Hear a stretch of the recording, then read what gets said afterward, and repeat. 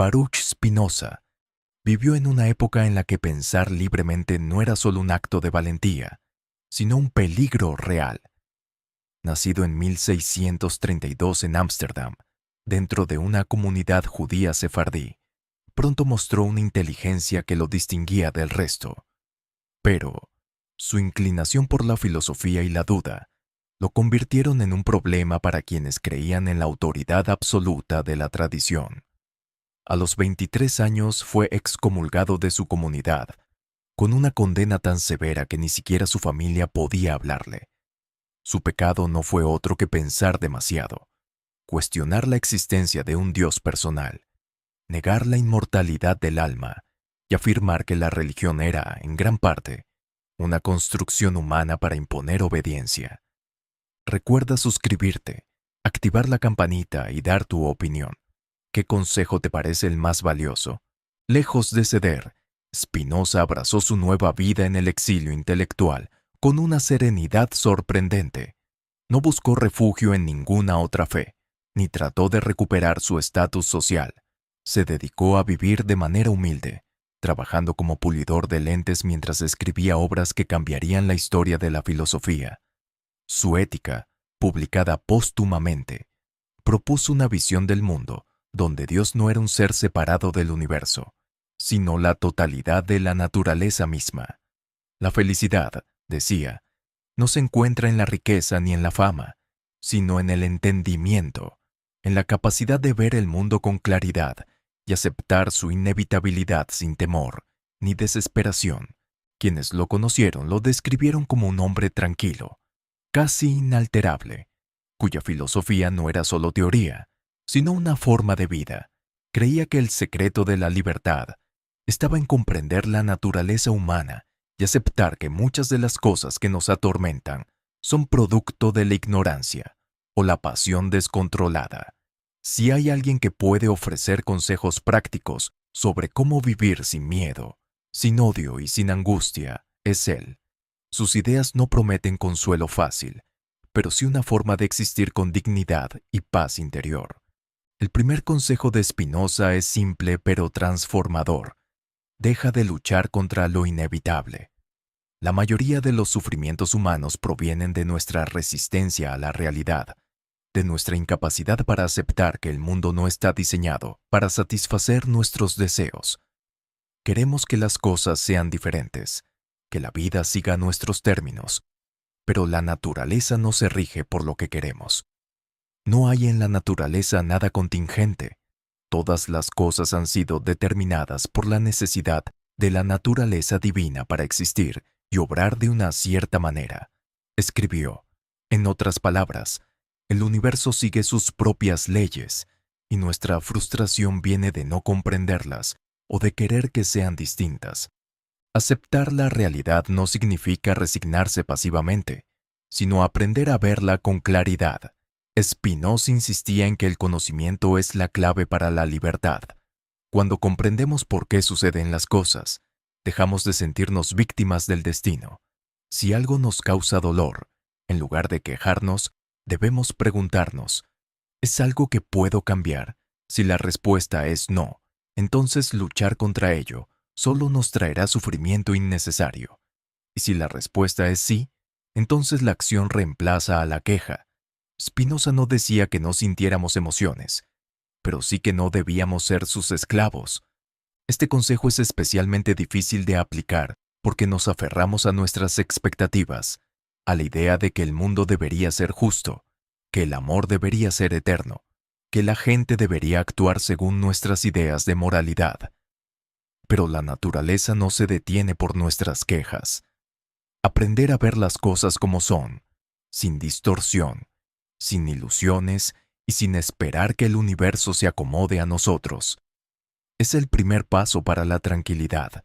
No significa que dejemos de actuar, sino que dejemos de desgastarnos en luchas inútiles. Y si logramos esto, entonces empezamos a entender lo que para Spinoza significaba la verdadera libertad. El segundo consejo de Spinoza es que la libertad no consiste en hacer lo que queremos, sino en comprender por qué queremos lo que queremos. Creemos que somos dueños de nuestras decisiones, que cada elección que tomamos es un acto de voluntad pura, pero Spinoza desmonta esta ilusión con una frialdad implacable. Los hombres se creen libres porque son conscientes de sus acciones, pero no de las causas por las que actúan, escribió.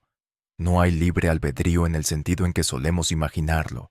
Todo deseo, toda acción, toda decisión que tomamos está determinada por una cadena de causas previas, muchas de las cuales desconocemos.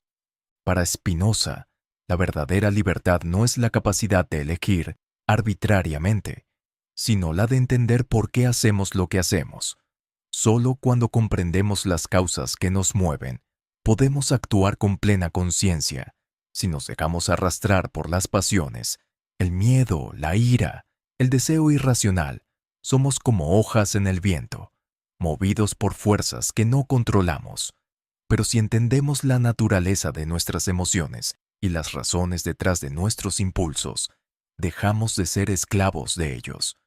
La persona libre no es aquella que hace lo que le da la gana, sino la que actúa desde el conocimiento y no desde la reacción automática. Este consejo choca con nuestra intuición. Nos gusta pensar que cada elección que hacemos es nuestra, que tenemos un control absoluto sobre nuestras vidas. Pero Spinoza nos obliga a admitir que muchas veces no es así. ¿Por qué nos aferramos a ciertas ideas? ¿Por qué nos enojamos ante ciertas palabras? ¿Por qué buscamos cosas que, cuando las conseguimos, no nos dan la felicidad que esperábamos? La libertad, para él, empieza cuando dejamos de actuar por impulso y comenzamos a observarnos con claridad. No se trata de eliminar nuestras emociones, sino de comprenderlas para que no nos gobiernen. Porque quien no se conoce a sí mismo no es libre, sino prisionero de sus propios deseos. El tercer consejo de Spinoza es que la felicidad no se encuentra en lo externo, sino en la claridad interior. Pasamos la vida persiguiendo placeres, reconocimiento, éxito, como si fueran los únicos caminos hacia la satisfacción. Pero según Spinoza, cualquier felicidad que dependa de algo fuera de nosotros es frágil. Si nuestro bienestar está atado a la fortuna, al amor de otra persona, al prestigio social, entonces vivimos con miedo, porque sabemos que todo eso puede desaparecer. La verdadera felicidad, dice él, no se basa en lo que tenemos, sino en cómo entendemos nuestra propia existencia. La beatitud no es la recompensa de la virtud, sino la virtud misma, escribió. Con esto, rechazaba la idea de que la felicidad es algo que se alcanza después de cumplir ciertas condiciones. No es una meta lejana, sino una forma de vivir en el presente. No se trata de acumular cosas ni de recibir aprobación, sino de encontrar satisfacción en el simple hecho de comprender la realidad tal como es.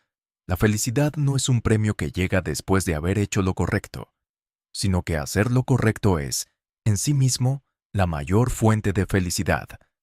Este consejo es difícil de aceptar porque estamos acostumbrados a pensar en la felicidad como algo que se obtiene, no como algo que se practica. Pero Spinoza nos desafía a verlo de otra manera. En lugar de preguntarnos qué nos falta para ser felices, deberíamos preguntarnos por qué creemos que la felicidad está en algo que aún no tenemos.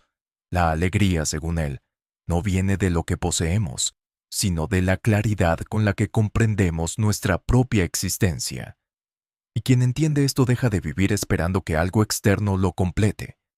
Ya no busca la felicidad en el futuro, porque la encuentra en el presente. El cuarto consejo de Spinoza es que el amor basado en la dependencia no es amor, sino esclavitud. La mayoría de las personas buscan en el amor una fuente de seguridad, de identidad, algo que les dé sentido.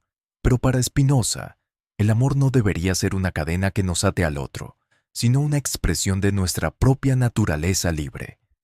Aquel que se imagina ser amado por alguien a quien él odia, sufrirá de tristeza, mezclada con odio hacia esa persona, escribió. Es decir, cuando el amor depende de expectativas, de la necesidad de ser correspondidos o de ser validados, deja de ser una fuente de alegría y se convierte en una fuente de sufrimiento. Esto no significa que Spinoza rechazara el amor, sino que lo veía como una fuerza que debe surgir del entendimiento, no de la posesión. Amar no es buscar en el otro lo que nos falta, sino compartir con él lo que ya somos. Si nuestro amor está basado en el miedo a perder, en los celos o en la ansiedad de no ser suficientes, entonces no es amor verdadero, sino una forma de dependencia disfrazada. La verdadera conexión con otro ser humano no se basa en la necesidad, sino en la libertad. Solo puede amar de verdad quien no ama desde la carencia, sino desde la plenitud. Este consejo es difícil de aceptar, porque va en contra de la idea romántica del amor como algo que debe completarnos. Pero para Spinoza, nadie puede completar a nadie. Si buscamos en otra persona nuestra felicidad, tarde o temprano encontraremos sufrimiento, porque ninguna relación puede llenar el vacío de quien no ha aprendido a estar en paz consigo mismo. El amor más fuerte no es el que nace del miedo a la soledad, sino el que se da sin exigencias, sin la obsesión de retener ni la angustia de perder. Amar es comprender, y comprender es aceptar que la otra persona no nos pertenece. El quinto consejo de Spinoza es que el miedo es la raíz de la esclavitud, tanto mental como emocional. Vivimos bajo el dominio de preocupaciones, de temores que nos paralizan, que nos hacen actuar en contra de nuestra propia razón. Tememos al futuro, a la opinión de los demás, al dolor, a la muerte. Pero Spinoza nos advierte que todo miedo nace de la ignorancia. El miedo no puede existir sin la esperanza, ni la esperanza sin el miedo, escribió. Es decir, mientras sigamos esperando que el mundo funcione como queremos, el miedo seguirá gobernando nuestras vidas. El poder que tiene el miedo sobre nosotros se debe a que nos hace creer que no tenemos control sobre nuestra existencia. Nos hace buscar salvadores, guías, autoridades externas que nos digan qué hacer y qué pensar. Por eso Spinoza veía en el miedo la herramienta más eficaz para la manipulación. Quienes controlan el miedo de la gente controlan su voluntad. Los gobiernos, las religiones y los sistemas de poder han usado el miedo para mantener a las personas en sumisión, para hacerles creer que necesitan ser protegidas de amenazas que muchas veces ni siquiera entienden. Pero quien comprende la naturaleza del miedo deja de ser su esclavo. No se trata de vivir sin precaución ni de ignorar los peligros reales, sino de no dejarnos gobernar por lo que no podemos controlar. El miedo nos hace ver problemas donde no los hay. Nos obliga a vivir en una ansiedad constante por cosas que tal vez nunca sucedan. Para Spinoza, la única forma de superar el miedo es el conocimiento. Cuanto más entendemos el mundo, menos poder tiene sobre nosotros aquello que antes nos aterraba. Y cuando el miedo pierde su dominio, la libertad deja de ser un ideal lejano y se convierte en una forma de vivir. El sexto consejo de Spinoza es que el pensamiento racional es la única vía hacia la verdadera libertad. La mayoría de las personas creen que son libres porque pueden elegir entre distintas opciones, pero para Spinoza, esta es una ilusión. No es libre quien actúa por impulso, quien se deja arrastrar por sus emociones o por las expectativas ajenas. La auténtica libertad no es hacer lo que queremos en un momento dado, sino entender por qué queremos lo que queremos y decidir con claridad. Un hombre es libre en la medida en que vive según la razón.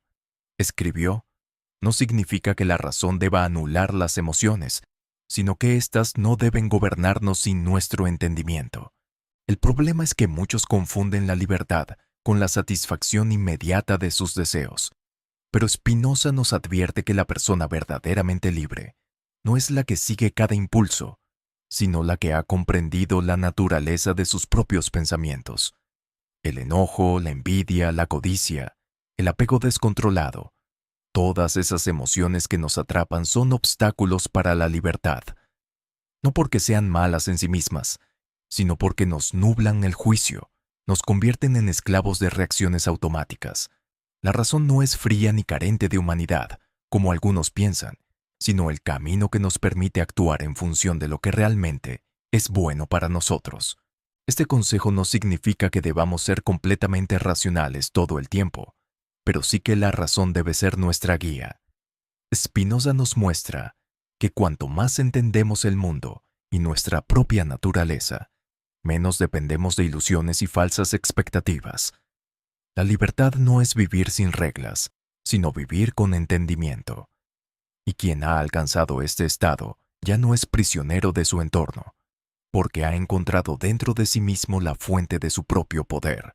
El último consejo de Spinoza es que la paz interior se encuentra en la armonía con la naturaleza, no en el sentido de retirarse al bosque o desconectarse del mundo, sino en aceptar que somos parte de un todo más grande que no podemos controlar. El hombre libre en nada piensa menos que en la muerte, y su sabiduría es una meditación, no de la muerte, sino de la vida. Escribió, no tiene sentido vivir con miedo al destino, a la pérdida, al cambio. La naturaleza sigue su curso con o sin nuestra aprobación. Y cuanto antes entendamos esto, antes podremos vivir sin angustia. Esta visión es radicalmente distinta a la de otras filosofías que buscan la felicidad en ideales inalcanzables o en promesas de otra vida. Para Spinoza, el sentido de la existencia no está en lo que esperamos, sino en lo que ya es. La alegría no es una meta futura, sino un estado que surge cuando dejamos de luchar contra lo inevitable. No es la ausencia de problemas lo que nos da tranquilidad, sino la comprensión de que el sufrimiento viene de nuestra resistencia a aceptar la realidad. Quien entiende esto ya no ve la vida como un campo de batalla, sino como una expresión de la naturaleza que simplemente es. Spinoza no ofrece un camino fácil ni promesas de consuelo inmediato. Sus enseñanzas exigen un cambio profundo en nuestra manera de ver el mundo. Pero quien las comprende descubre algo que pocos logran: una libertad que no depende de nada externo, una felicidad que no se quiebra con las circunstancias, una vida en la que ya no se busca escapar del presente, sino habitarlo con total claridad. Y quizás, después de todo, esa sea la única forma real de vencer el miedo, la duda y el sufrimiento. Recuerda suscribirte, activar la campanita y dar tu opinión.